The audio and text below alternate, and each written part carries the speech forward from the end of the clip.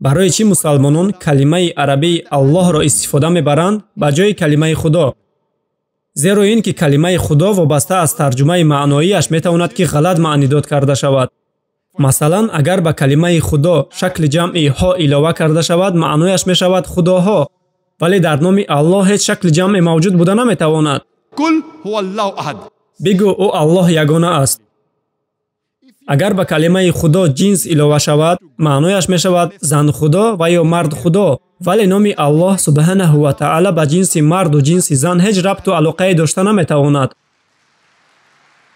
агар ба калимаи Худо калимаи падар илова кунем, маънояш мешавад падар Худо, ҳомии писарони худ, вале дар ислом чунин мафҳуме ба монанди падар Худо вуҷуд надорад. агар ба калимаи Худо калимаи модар илова кунем, маънояш мешавад модар Худо, вале дар ислом чунин мафҳуме ба монанди модар Худо вуҷуд надорад. Аллоҳ ин калимаи беҳамто аст. агар мо пеш аз калимаи Худо шумораи 10 илова кунем, маънояш мешавад 10 худоён, ҳолонки дар ислом ҳеҷ адад ва ё шумораро бо калимаи Аллоҳ шарик кардан номумкин аст. барои ҳамин мо ҳамчун мусалмон истифода бурдани калимаи Аллоҳро ба ҷои калимаи Худо тарҷеҳ медонем. ман ҳамчун як донишҷӯе ки илми муқоисавии диншиносиро меомӯзад, тасдиқ мекунам ки калимаи Аллоҳ дар китобҳои муқаддаси тамоми динҳои ҷаҳонӣ навишта шудааст, аз он ҷумла дар Тавроту Инҷил. агар шумо китоби Инҷили Марқусро бихонед дар боби 15 ояти 34 ва ҳамчунон дар китоби Инҷили Матто боби 27 ояти 46, вақте ки Исои Масеҳ алайҳи салом дар салиб ба дор овехта шуд, ӯ фарёд зад. Эллай лама сабақтани. маънояш чунин аст: эй худои ман, чаро маро тарк кардӣ? кадом инҷилеро бо кадом тарҷумае ва бо кадом забоне ки нахонед, инҷили англисӣ, инҷили ҳиндуӣ, инҷили юнонӣ, инҷили фаронсавӣ, инҷили олмонӣ, кадом инҷилеро ки нахонед, ин нидо элли элли лама савақфанӣ бо нусхаи аслии худ маҳфуз мебошад.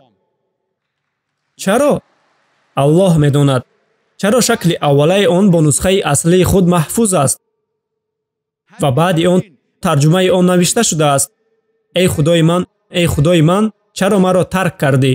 дар ҳоле ки нусхаи аслӣ элла лама сабақтани маҳфуз шуда буд ва сабаби онро танҳо Аллоҳ субҳанаҳу ва таъала медонад. дар тамоми инҷилҳо ҳар тафсире ки набошад, ҳар нашрия, чоп, нусха ё ҷилде ки шумо нахонед ва бо кадом забоне ки нахонед, бо кадом тарҷумае ки нахонед, навиштаҷоти элли элли лама савақфанӣ бо нусхаи аслӣ ва аввалаи худ маҳфуз мебошад.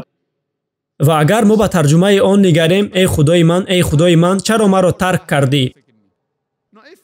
шумо худ нигаред ва қоил мешавед ки элли элли лама савақфанӣ умуман садо намедиҳад ҳамчун эй худои ман, чаро маро тарк кардӣ? ва ё садо намедиҳад ҳамчун худовандо, чаро маро тарк кардӣ? албатта ки чунин нест. вале агар шумо ин сатрро бо арабӣ тарҷума кунед, пас ин ҷумла элла лама сабақтани садо медиҳад ҳамчун алла лама тарактани. медонед, ибрӣ ва арабӣ забонҳои соми мебошанд.